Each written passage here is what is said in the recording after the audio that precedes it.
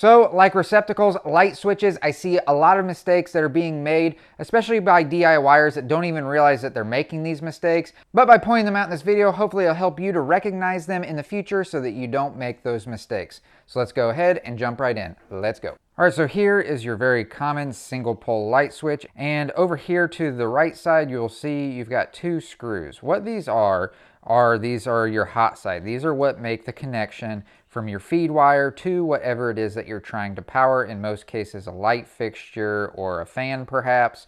Many people think that it matters which one of the black wires goes to which one of these terminals. So when it comes to a single pole switch like this, it does not matter whether you put the line wire here or you put it here and you put the load wire here or you put it here, as long as those two are not on the same terminal screw. It doesn't matter which wire goes where. That's all this switch is doing. It is interrupting that current flow when you have it in the off position. But then in the on position, again, it's just connecting these two terminal screws, passing the power on to whichever terminal screw has the load, and then passing it on to the light fixture. So when it comes to actually installing the wires around the terminal screw, what I see happening so often is people will take their J-hook and they will wrap it around the terminal screw, and then they will go to tighten down that wire underneath of the terminal screw, and then they'll call this connection good, which in most cases there is really nothing wrong with this connection, but I don't know how well you could see, but as I got that screw tightened down more and more, what it was doing is it was actually pushing this J-hook that's going around this terminal screw, it was actually pushing it away from the terminal screw itself. And that's because it's going in a counterclockwise direction, whereas the screw is going in a clockwise direction. So instead, what is best to do is to take that J-hook and wrap it around the terminal screw in a clockwise direction and then tighten it down. It is helping to create a superior connection, and the reason why is because as that screw is spinning, since it's wrapped around in that clockwise direction, it's actually promoting the wiring to be pulled in closer to the terminal screw itself. All right, so the next big mistake is actually a really big one. This switch is in a multiple switch box, so maybe it's got 2 switches in it or 3 switches, whatever it may be. What I've seen being done is, let's say that we know that this is the line wire. This is the hot wire that's bringing in the power from the breaker panel. In order to connect the other switches together so that they can have power as well, I have seen where they have backed out this terminal screw. They'll leave the line wire or the hot wire in place, and then they'll take a jumper wire and they will connect it underneath of that same terminal screw with the line wire, and then they will tighten it down like so. So now they've got 2 wires underneath of one terminal screw. Again, this one's bringing the power in from the breaker panel, and then they put this one on top as a jumper wire to feed the other switches in the box. These terminal screws are not made to have more than 1 wire underneath of them. When you put 2 wires underneath of a terminal screw like this, wires move, and these are not going to be secured as well as they should be because they're stacked on top of each other. So any movement in these wires could cause one of the wires to come a little bit loose, and then you have a really big problem in that box. You could have arcing, you could start a fire. It would be far, far better to use pigtails, and it would also be the legal way of distributing that power from that one power source to all of the other switches in that box. So the next mistake, or I should say misunderstanding, that is made when installing these single pole light switches amongst DIYers is that they assume or try to figure out, where does the neutral wire go? Where does the white neutral wire go on this switch? The neutral wire does not get connected to the switch in any way. Instead, what you have is you have a white wire that is coming from the feed line, and you have a white wire that is coming from your light fixture or your fan or whatever it is that you're connecting to the switch. What needs to happen in order to complete that circuit is you actually have to have your white neutral wires put together, and you can do this by using a wire nut, and then that just gets pushed into the back of the box, or you can connect the two together using the ports on this Wago lever nut. You just push the 2 wires into the ports, flip down the levers, and you can see that you have a good connection there, and then that would get pushed into the back of the box. And it doesn't matter how many neutral wires you have, they all get connected together and pushed in the back of the box. The only time where you're going to be connecting a neutral wire to a light switch is if that particular light switch requires it. And usually it's a smart switch that's requiring a neutral wire.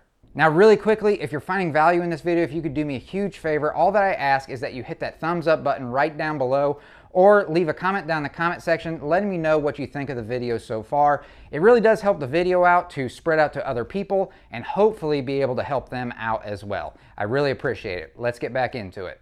So for the next common mistake that is made on this, what I have seen happen quite a bit is when somebody goes to connect their J-hook to the light switch, they'll take their J-hook, wrap it around the terminal screw, and they did a good job. They put it in the clockwise direction, and then they will go and tighten it down.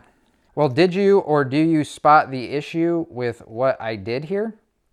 Yeah, if we zoom in up here really close, you will see that there was not enough insulation removed from the wire, and that insulation is up underneath of that terminal screw. So we could have a case of where we are not making a good connection because obviously that insulation is thicker than the wire itself is. So that terminal screw can't come down all the way on top of that wire. And by not having that really nice and tight connection underneath of that terminal screw could lead to a whole lot of issues in the future. It may not even work right off of the bat, or it may work intermittently, or you might see your lights flickering, just depending how bad this is, how little insulation was not removed from the wire. Now, conversely, the next big mistake that is made is when somebody strips off way too much insulation. So they wrap it around the terminal screw, they tighten it down, and now they have all of this exposed wire sticking out of the back of the light switch. So with all this exposed wire here, this wire is live. So we have current that is flowing through this wire, and if anything is to brush up against this, even if the best case scenario, all that brushes up against this is a ground wire, and what it does is it causes your circuit breaker to trip, or maybe you're putting this in a box with something to where with this being exposed, it could cause arcing to happen. It just causes a very unsafe environment in that box, and it can just lead to multiple issues. All right, so all of that brings me into the next big mistake. And in this case, this mistake is actually allowed by code. It's actually integrated into the device, and it is approved to be used. And that is over here on the back, which are these backstab holes here. Now, this is a highly debated subject that I've seen amongst electricians as to whether or not these are good or bad to use. So let me just really quickly show you how these work. So we just take our wire, we just push it into one of those holes, like so. So now that's connected. We take the next wire, push it into the other hole, and there you go. Now that's connected. So now they're both connected, and what? That took 3 or 4 seconds. So why the controversy? Well, it's been in at least my experience where I have seen when you use the side wiring technique, if it's installed correctly, I have yet to see that technique fail. Whereas with the backstabbing technique, I have on occasion, they don't all fail, but I have on occasion seen devices that have failed, and they have failed in different ways. Maybe your lights start flickering. That usually signals that they're starting to fail. This is a loose connection inside of the switch itself. Maybe you have some arcing going on. I personally have not seen where the wire has fully released, but I do have friends that are electricians, and I've talked to electricians out in the field where they have seen that that's the case, where this is just completely failed and the wire is just loose in the box. So this is not meant to scare anybody. Again, these are legal by the NEC to use. They are approved to be used. It's just stuff to keep in mind for you to decide on your next project how you're going to go about connecting to a receptacle or a light switch, whether you use the backstab, the side wire, or a combination of the two. Also, as a really good bonus tip, don't use this type of switch that I've been showing everything on in this video. This is a residential grade light switch and they are very inexpensive, but it is well worth the little bit of extra money to upgrade to this commercial grade light switch.